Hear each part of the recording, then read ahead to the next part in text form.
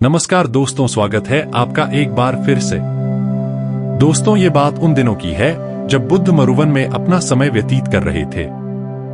इस समय तक बुद्ध की प्रसिद्धि दूर दूर तक फैल चुकी थी।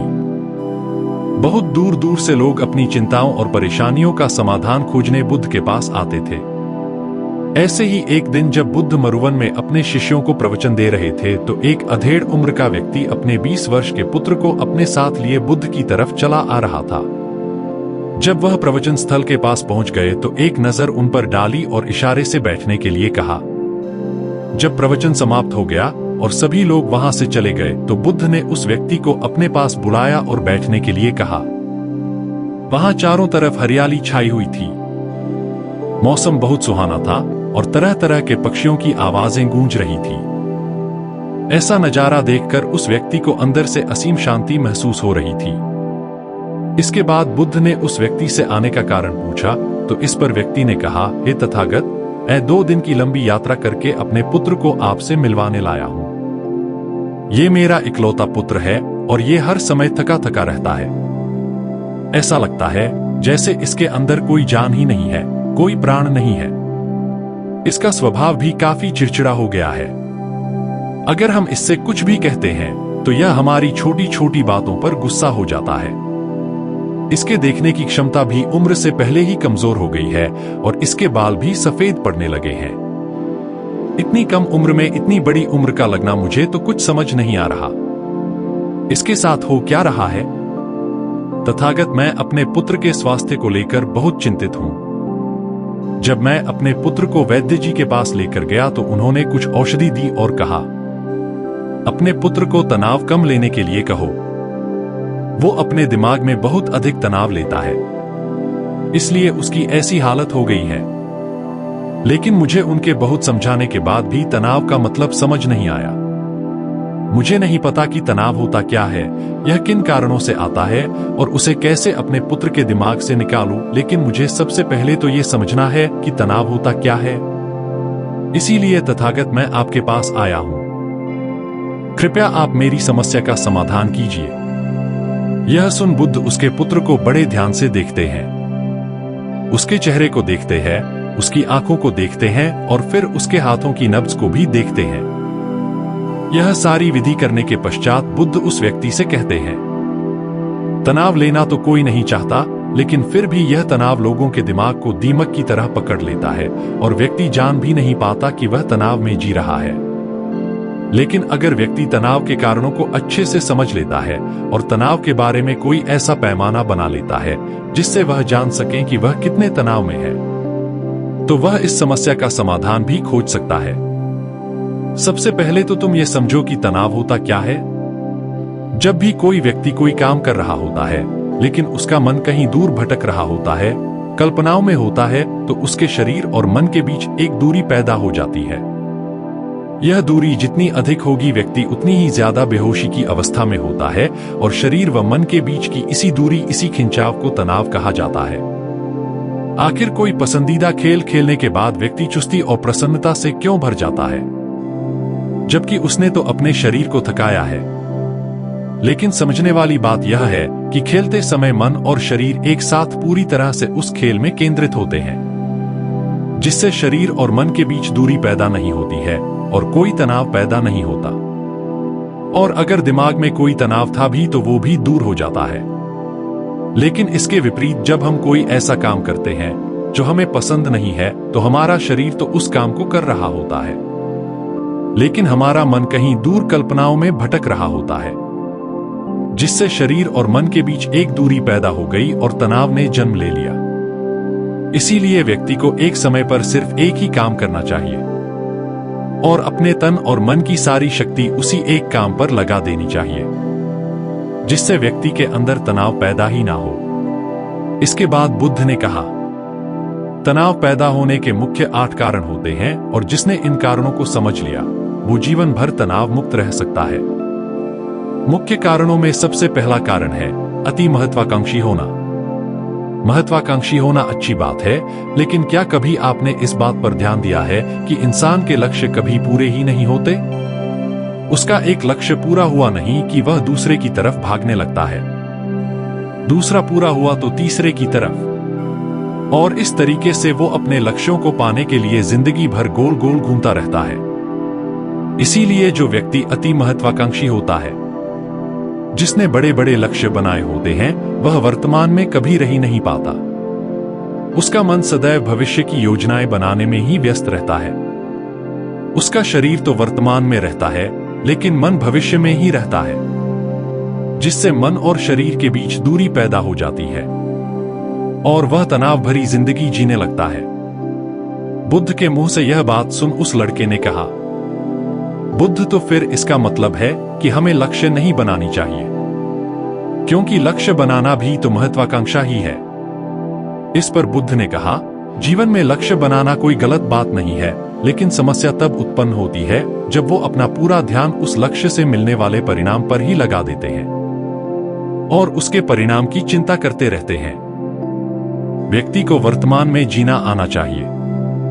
आप लक्ष्य बनाइए और उस लक्ष्य की प्राप्ति के लिए कड़ी मेहनत करिए, लेकिन साथ ही साथ आपको इस बात का भी ज्ञान होना चाहिए कि आप अभी वर्तमान में जी रहे हैं और वर्तमान ही सत्य है। बुद्ध ने आगे कहा, तनाव का दूसरा सबसे बड़ा कारण है ईर्ष्या। जब व्यक्ति ईर्ष्या और जलन से भर जाता है तो उसका मन अंदर से सड़ने लगता है। ईर्ष्या एक आंतरिक घाव है। आंतरिक घाव यानी मन का घाव व्यक्ति के शरीर का घाव तो भर सकता है, लेकिन मन का घाव कभी नहीं भर सकता। इसीलिए व्यक्ति को दूसरे की खुशी और तरक्की से कभी ईर्ष्या नहीं करनी चाहिए, क्योंकि ईर्ष्या तनाव का कारण है। इसके बाद बुद्ध ने तनाव का अगला कारण बताते हुए कहा कि अरुचिपूर्ण काम करने से भी मन में तनाव पैदा होता है। जो काम करना हमें पसंद ही नहीं है, जिस काम में हमारी रुचि ही नहीं है, उस काम में हमारा मन लग ही नहीं पाएगा। हमारा शरीर तो वही बैठा रहेगा, लेकिन हमारा मन कल्पनाओं की उड़ान भरेगा, जिससे शरीर और मन के बीच दूरी पैदा हो जाती है और व्यक्ति तनावग्रस्त हो जाता है। इसीलिए इंसान को हमेशा अपनी रुचि के अनुसार ही कार्य करनी चाहिए। अगर व्यक्ति ने यह पता कर लिया कि उसे कौन सा काम करना पसंद है और वो उसी काम को अपने जीवन का लक्ष्य बना लेता है, तो फिर वो काम उसके लिए काम नहीं बल्कि खेल बन जाता है। फिर बुद्ध ने कहा, तनाव का चौथा कारण होता है किसी दूसरे से अपेक्षा रखना। बुद्ध ने उस व्यक्ति की ओर इशारा करते हुए कहा, एक पिता होने के नाते तुम्हारी अपने पुत्र से बहुत सी अपेक्षाएं होंगी कि तुम्हारा पुत्र एक बहुत ही कामयाब इंसान बने, तुम्हारा नाम रोशन करे, जैसा तुम चाहते हो उस तरह का जीवन जिए, तुम्हारी हर बात माने।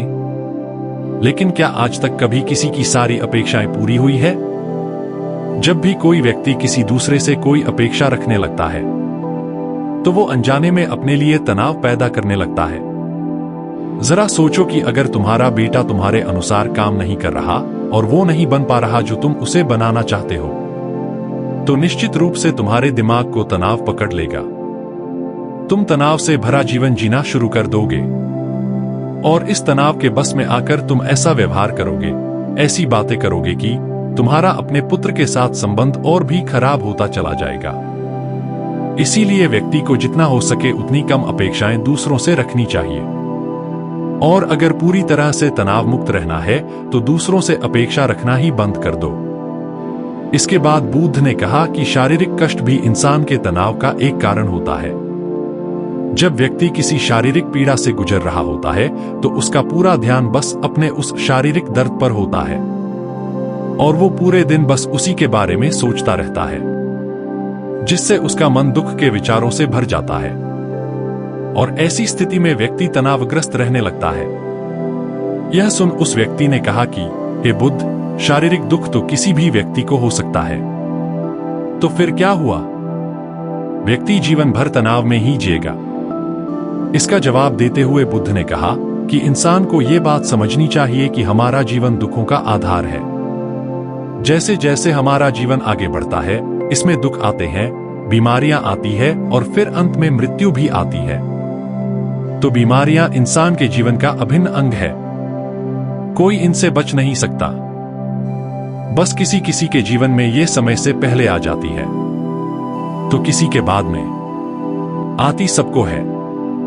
जब इंसान का मन इस बात को अच्छे से समझ लेगा, तो फिर वह अपनी बीमारी के बारे में सोच सोचकर ज्यादा तनाव नहीं लेगा, क्योंकि यह हमारे जीवन का अभिन्न हिस्सा है और इसके लिए व्यक्ति को शारीरिक रूप से भी अभ्यास करते रहना चाहिए। अपने जीवन में व्यायाम और स्वस्थ जीवन शैली को भी जगह देनी चाहिए, ताकि उसका शरीर लंबे समय तक निरोगी रहकर सही से काम कर सके। तनाव का अगला कारण होता है अपनी योजनाओं को समझने के लिए समय न देना। कुछ लोगों के दिमाग में कोई विचार आया नहीं है कि वो बिना सोचे समझे उस पर काम करना शुरू कर देते हैं, और जब उस काम में उन्हें असफलता मिलती है तो वह तनाव से भर जाते हैं, क्योंकि उन्होंने उस काम को शुरू करने से पहले उसके बारे में पूरी जानकारी इकट्ठा नहीं की थी। इंसान को कोई भी काम शुरू करने से पहले उसके अच्छे और बुरे परिणामों के बारे में ठीक से सोच विचार कर लेना चाहिए। इंसान को इस बारे में भी सोच लेना चाहिए कि अगर ये योजना सफल नहीं हुई तो फिर इसके बाद मैं क्या करूंगा। इसलिए व्यक्ति को अपनी योजनाओं को ठीक से समझने के लिए पूरा समय देना चाहिए, ताकि बाद में उस योजना की वजह से तनाव पैदा ना हो। तनाव का 7वां सबसे बड़ा कारण होता है टाल मटोल करना। आज के काम को कल पर टालना। आप लोगों ने ये कहावत तो सुनी होगी कि आलस्य इंसान के शरीर का सबसे बड़ा शत्रु है। इंसान आलस्य की वजह से आज के काम को कल के लिए टाल देता है, और फिर काम को टालना उसकी आदत बन जाती है। काम को कल पर टालने वाले व्यक्ति का काम कभी भी समय पर पूरा नहीं हो पाता, और अगर किसी तरह से पूरा हो भी जाता है तो वह उतना अच्छा नहीं हो पाता जितना अच्छा उसे किया जा सकता था, और फिर यह बात व्यक्ति के अंदर तनाव पैदा करती है। लेकिन काम को टालना या काम को एकदम अंत समय पर करना एक आदत है, इसीलिए व्यक्ति ना चाहते हुए भी बार बार अपनी इस आदत का शिकार बन जाता है और काम को टालता रहता है। और फिर जब काम की समय सीमा पास आ जाती है तो वह तनाव से भरकर काम को पूरा करने का प्रयास करता है। इसीलिए तनाव मुक्त रहने के लिए व्यक्ति को काम को टालने की आदत छोड़नी पड़ेगी, और यह तभी संभव है जब व्यक्ति काम को समय से पहले खत्म करने का निश्चय करे। सबसे आखिरी और सबसे प्रमुख कारण जो तनाव का होता है वो है ज्यादा सोचना। लगातार सोचते रहना भी एक बीमारी है, और यह उस व्यक्ति में सबसे ज्यादा पाई जाती है जो कपोल कल्पनाएं करता है, जो अतीत की घटनाओं और भविष्य की बातों के बारे में सोचता रहता है, जो बेवजह के अनुमान लगाता रहता है। इसीलिए व्यक्ति को ज्यादा सोचने की आदत पर लगाम लगाना चाहिए। इसके लिए जितना हो सके खुद को काम में व्यस्त रखना चाहिए, और हर दिन ध्यान का अभ्यास करने को अपने जीवन का हिस्सा बना लेना चाहिए। बुद्ध के मुंह से यह सारी बातें सुनकर उस व्यक्ति ने हाथ जोड़कर कहा, बुद्ध मेरा पुत्र तो अभी मात्र 20 वर्ष का ही है, और इसमें अभी इतनी समझ भी नहीं है कि यह आपकी बताई सारी बातों का एक साथ पालन कर सके। आप कृपया करके तनाव मुक्त रहने का कोई आसान सा तरीका बता दें जिससे मेरा बेटा उसका अनुसरण भी कर सके और तनाव मुक्त भी रह सके। उस व्यक्ति की यह प्रार्थना सुन बुद्ध ने कुछ सोचते हुए जवाब दिया, अगर तुम इतनी सारी बातों का पालन नहीं कर सकते तो इसके लिए एक बहुत ही आसान विधि है। तुम एक बार मैं एक काम को करने पर ध्यान लगाओ। कोई भी काम कर रहे हो, उस समय पर सिर्फ उसी काम को करो, सिर्फ उस पर ही अपना पूरा ध्यान लगाओ, और अगर तुम्हारा मन इधर उधर भटक जाता है तो जैसे ही तुम्हें याद आए उसे वापस फिर उसी काम में लगा दो। यह सबसे आसान और अच्छा तरीका है तनाव मुक्त रहने का। जब तुम भोजन करो तो उस समय सिर्फ भोजन ही करो, उसके पूरे स्वाद का आनंद लो, उसे अनुभव करो। जब चलो तो अपना पूरा ध्यान सिर्फ चलने में लगा दो। इससे तुम्हारा मन और तुम्हारा शरीर दोनों एक जगह पर केंद्रित रहेंगे। दोनों के बीच दूरी पैदा नहीं होगी, जो कि तनाव का मुख्य कारण होती है। दोस्तों, आज की युवा पीढ़ी एक ही समय पर 2-2, 3-3 काम करने के आदी हो चुकी है, जैसे फोन पर बात करते हुए गाड़ी चलाना, खाना खाते हुए टीवी देखना या फोन चलाना। और फिर इनकी शिकायत रहती है कि मैं तनाव में जी रहा हूं, मेरा मन अशांत रहता है, मैं चिड़चिड़ा सा हो गया हूं। जब कोई व्यक्ति एक ही समय पर 3-3 काम करेगा तो तनाव पैदा होना तो स्वाभाविक है, क्योंकि दिमाग तो एक समय पर पूरा ध्यान लगाकर सिर्फ एक ही काम कर सकता है। पूर्ण रूप से एक ही समय पर 2 कामों पर ध्यान कभी नहीं लगा सकता। इसीलिए जहां तक संभव हो सके एक समय पर सिर्फ एक ही काम करने का प्रयास करें, वो भी पूरे ध्यान के साथ। दोस्तों, आशा करता हूं कि इस कहानी से आपको कुछ सीखने को मिला होगा। तो कहानी को अपने दोस्तों के साथ शेयर जरूर करिएगा और चैनल को सब्सक्राइब जरूर करिएगा। अंत तक बने रहने के लिए आपका बहुत बहुत धन्यवाद।